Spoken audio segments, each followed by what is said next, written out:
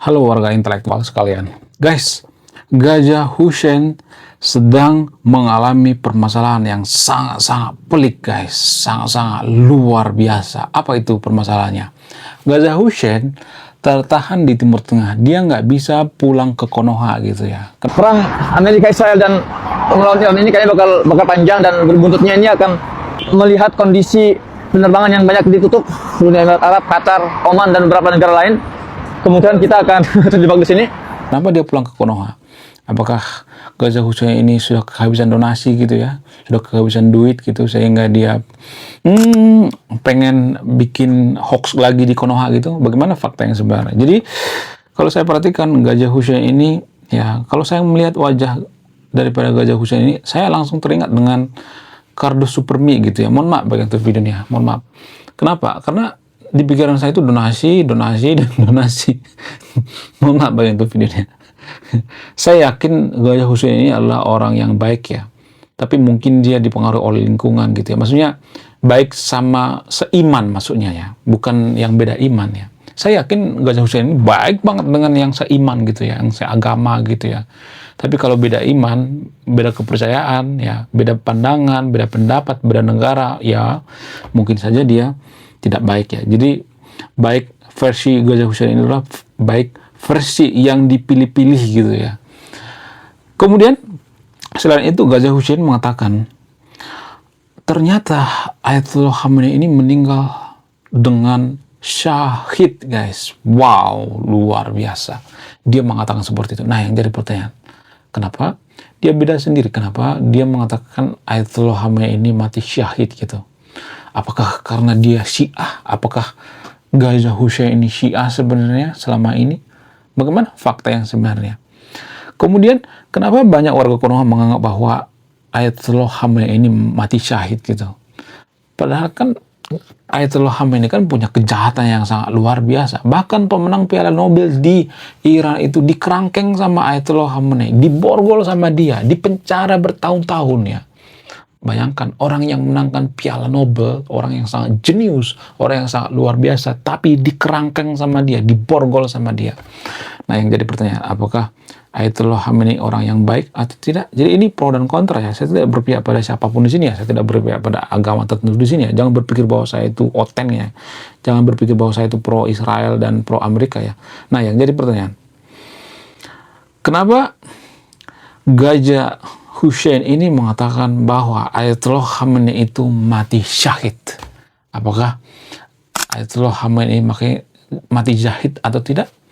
Bagaimana fakta yang sebenarnya? Apakah Ayatollah Khamenei ini ketika meninggal bawa obat kuat? Bagaimana fakta yang sebenarnya? Saya akan bongkar di video ini.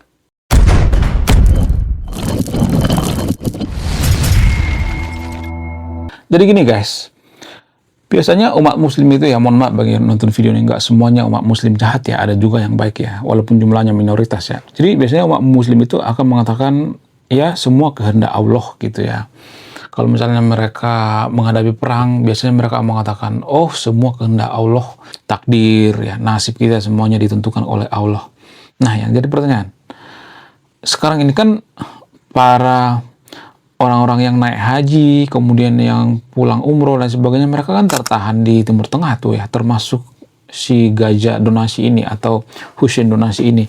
Dia tertahan di Timur Tengah, di Mesir kalau nggak salah ya. Lalu kalau dia percaya dengan Tuhan gitu ya, percaya dengan Allah gitu, kenapa harus takut ya kan? Jadi ini ada semacam keanehan. Ya, gini guys ya, kita kan orang yang beragama ya, orang yang bertuhan, percaya dengan Allah gitu ya. Lalu kalau kita percaya dengan Allah itu, kenapa kita meragukan kuasanya gitu ya? Contoh misalnya nih ya, di Tanah Suci ya, ini juga saya bahas di grup WA ya. Jadi kita tuh punya grup WA guys ya. Jadi kalau saya perhatikan ya, ada orang yang ketakutan gitu ya. Oh, jangan ini dong ya, jangan kemana-mana. Kan di Timur Tengah kan masih perang tuh ya, ada rudal dan sebagainya. Namanya Tanah Suci kan harus dijaga dong ya kan. Ya, Timur Tengah itu kan ya tanah yang sangat suci, tanah yang sangat dihormati ya, tanah yang sangat diidam-idamkan oleh warga Konoha gitu. Bayangkan ya, tanah suci itu kan tanah yang dilindungi oleh Tuhan gitu ya, dilindungi oleh Allah gitu ya. Kalau misalnya nih ya, ada rudal ya datang ke tanah suci gitu ya, rudal Iran misalnya. Kenapa nggak ditangkis aja gitu? Kan semua kehendak Allah gitu. Saya cuma nanya sama yang video ini ya. Kalau semua kehendak Allah itu kenapa ya masalah kecil ini nggak ditangkis gitu ya? Saya cuma nanya guys ya. Saya tidak mengatakan bahwa benar dan salah di sini. Saya cuma penasaran. Saya orang yang suka penasaran gitu ya. Bukankah Tuhan itu maha kuasa gitu, maha bisa segalanya gitu ya. Kemudian maha pencipta ya. Pokoknya Tuhan yang menciptakan semua yang ada di dunia ini. Bahkan daun sekalipun jatuh, Tuhan tahu gitu. Lalu kenapa kalau misalnya ada rudal ke tanah suci, ke Arab gitu, nggak bisa ditangkis sama Allah gitu atau Tuhan gitu? Ini kan ada semacam keanehan. Ya nggak sih? Saya itu sebenarnya. Saya cuma bertanya ya. Tolong jawab di kolom komentar ya. Pasti nanti jawabannya seperti ini. Ngajimu kurang jauh. Kamu tuh kurang beriman. Biasanya seperti itu ya, pertanyaan-pertanyaan seperti kalau saya ngomong seperti ini. Kamu tuh sesat. Kamu kurang beriman. Kita orang-orang yang beriman. Jadi jawabannya yang beriman ya. Pokoknya kalau sudah beriman itu udah selesai dah ya. Jadi definisi daripada beriman itu kan kita nggak bisa mendefinisikan ya. Apa sih definisi daripada beriman? Apakah keimanan itu bisa ditakar? Nggak bisa kan? Bicara tentang keimanan, apakah keimanan itu bisa ditakar? Apakah ada ukurannya gitu ya? Keimanan itu seperti apa sih? Apakah ada takarannya gitu? Ada ukurannya gitu ya? Bagaimana sih pengertian daripada atau definisi daripada beriman itu sendiri? Nggak bisa kan? Jadi kalau misalnya ada orang mengatakan, oh dia soleh, dia beriman, oh dia cocok jadi pemimpin, kan kita nggak bisa mengukur keimanannya gitu. Kalau jejak digital misalnya, atau katakanlah kebaikan atau kejujuran misalnya, atau track record kinerja ya, kinerja itu kan bisa diukur ya. Jadi kalau kita memilih pemimpin itu berdasarkan keimanan itu, seiman itu kan nggak bisa diukur ya. Yang bisa diukur itulah track recordnya gitu ya. Kinerjanya, apakah dia dulu pernah maling gitu ya, misalnya ada pemimpin gitu ya, apakah dia pernah nipu gitu ya, apakah dia punya kasus masalah publik, maksudnya bukan masalah pribadi ya. Kalau masalah hubungan sama rumah tangga itu kan nggak boleh digabung-gabungin ya, cuman warga Konoha kan nggak bisa menggabungin ya. Jadi keimanan seseorang itu, keimanan pemimpin itu kita nggak bisa nakar guys, nggak bisa ditakar. Sama halnya dengan yang terjadi di Timur Tengah ini ya, konon katanya rudal ya banyak berterbangan di Timur Tengah ya. Ada yang kena Dubai, ya Qatar, dan lain sebagainya. Bukankah mereka itu adalah orang-orang yang beriman gitu? Jadi kalau kita beriman, ngapain harus takut ya kan? Ya nggak sih? Saya cuma bertanya ya, bukan memberikan jawaban. Bedakan ya pertanyaan dengan pernyataan. Lalu kenapa pada takut gitu? Bukankah itu masalah kecil bagi Tuhan?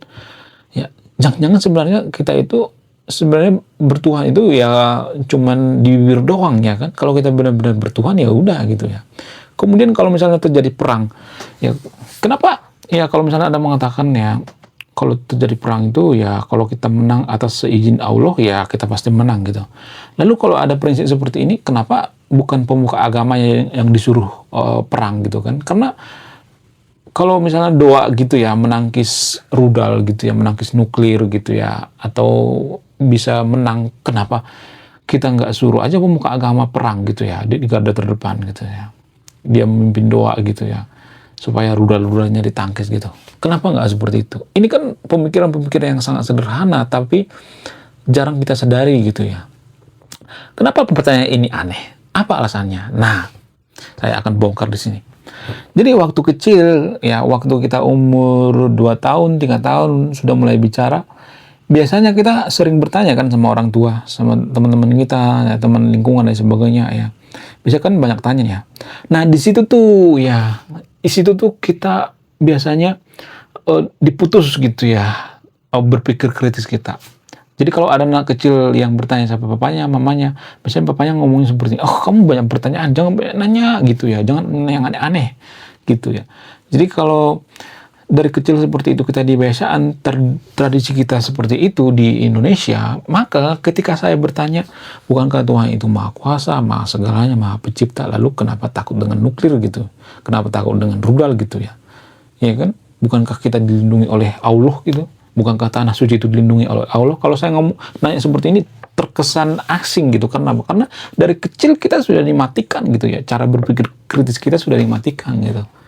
Sudah dipotong gitu. Ibarat kita punya sayap waktu kecil, sayap kita itu sudah dipotong gitu. Lalu bagaimana dengan saya pribadi? Saya pribadi itu sebenarnya mengalami hal yang sama juga. Ya, kalau boleh jujur, bapak saya, mama saya itu waktu kecil, saya sering bertanya itu, ya mereka kadang emosi gitu ya dengan pertanyaan yang aneh-aneh gitu ya. Gak usah nanya yang itu ya, nanya yang ini aja, yang biasa-biasa aja gitu ya. Gak usah nanya yang susah-susah gitu. Jadi dari kecil saya seperti itu guys. Saya juga mengalami sama seperti yang nonton video ini ya. Tapi penasaran saya itu nggak hilang gitu ya. Terus gitu ya. Waktu SMP, SMA terus ya. Saya tuh suka dengan hal-hal yang berbau ilmu pengetahuan gitu. Pertanyaan, dan pertanyaan gitu. Ya kalau saya mendapatkan satu pertanyaan, saya nggak puas gitu. Nyari lagi gitu ya. Ya kenapa bisa seperti itu? Kenapa bisa seperti ini? Jadi ini sebenarnya pertanyaan yang sangat sederhana, tapi terdengar asing karena dari kecil kita sudah terbiasa dididik ya, tradisi kita ini semacam doktrin ya, atau dogma dari kecil, jangan nanya yang aneh-aneh gitu. Ya, kenapa para pemuka agama takut kalau ditanya pertanyaan seperti ini? Kalau kita punya Allah, lalu kenapa tanah suci itu tidak dijaga oleh Allah? Kalau kita nanya seperti ini, mereka akan marah gitu ya. Kenapa mereka marah? Ya kalau mereka menjawab yang sebenarnya, misalnya ada orang yang rasional menjawab yang sebenarnya, ya definisi Tuhan itu kan nggak bisa dibuktikan secara ilmiah, ya abstrak dan sebagainya. Bukan berarti saya nyuruh yang itu tidak percaya dengan agama atau Tuhan ya. Tapi kan Tuhan itu kan suatu yang abstrak, nggak bisa dibuktikan secara ilmiah gitu.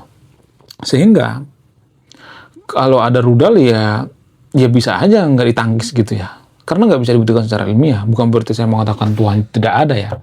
Saya harus hati-hati nih ngomongnya. Karena apa? Karena kita punya tradisi yang sangat-sangat mengharamkan untuk bertanya gitu ya. Mengharamkan untuk berpikir kritis.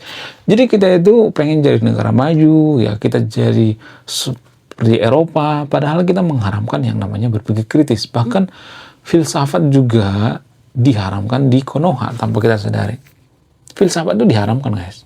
Bahkan kita mengatakan bahwa filsafat itu nggak penting, apain ya belajar filsafat.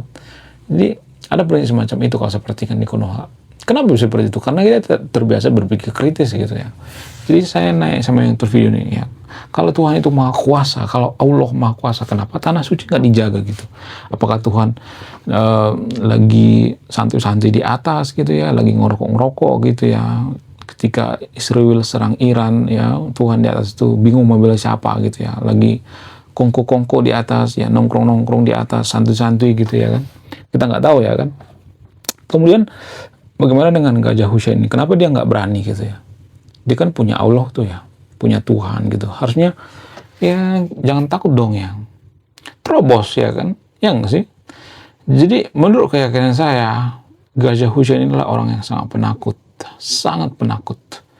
Ya, kenapa dia kabur ke Konoha? Kenapa dia nggak stay di Gajah? Apa alasannya? Alasan yang paling masuk akal itu ya karena dia ini ya takut gitu ya. Takut mati juga dia guys ya. Padahal kan dia tuh sering menggebur-geburkan yang namanya syahid, mati syahid dan sebagainya. Bahkan dia mengatakan Ayatollah Khamenei itu mati syahid. Nah yang jadi pertanyaan, kenapa dia mengatakan Ayatollah Khamenei itu mati syahid? Apakah mati syahid itu mati terhormat? Jadi apa sih definisi daripada syahid itu? Mohon maaf bagi yang tervideo ini. Apa sih definisinya?